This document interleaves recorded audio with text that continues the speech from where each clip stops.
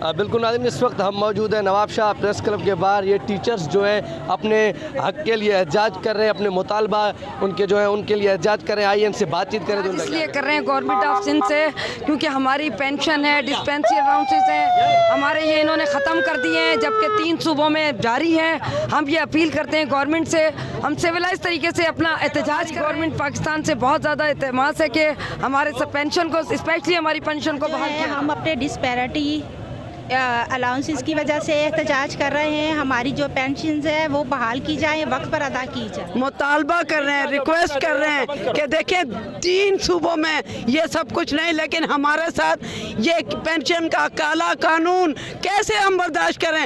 ہمیں ضرورت ہے اور ہماری تنخواہیں بڑھائی جائیں، ہمارا DRA منظور کیا جائے.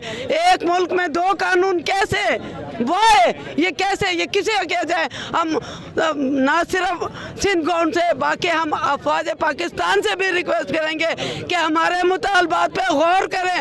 اس وقت تک نہیں، ہم تو کراچی آئیں گے، کہیں بالکل اپنے حق پہ کسی کو ڈاکہ نہیں ڈالیں. 60 سال ہکڑے ادارے میں کم تھا کیوں، انہاں کا پوساں کے پینشن میں کچھ نہ تھو ڈینو ونے. ان کرے اساں اپیل تھا کیوں وڈن ادارن کا تو مہربانی کرے اساں کے پانچو قانون جے مطابق اساں کے پانچو انصاف ہماری، اور وہ ہمارا رائٹ ہے جو ہم پینشن اٹھا رہے ہیں. ہمارے چھوٹے چھوٹے بچے ہیں، ظاہری بات ہے ٹیچر سے ریٹائر ہوگا تو وہ پیچھے کیا کرے گا. ایک یہ قانون ہے، دوسرا قانون انہوں نے کیا ہے کہ 2010 کی اپائنٹمنٹ ہے، فرض کرو 2010 کی اپائنٹمنٹ ہے اور وہ ٹیچر ڈیتھ کر جاتا ہے، اس کی وائف کو 10 سال کے لیے پینشن کیا گیا ہے.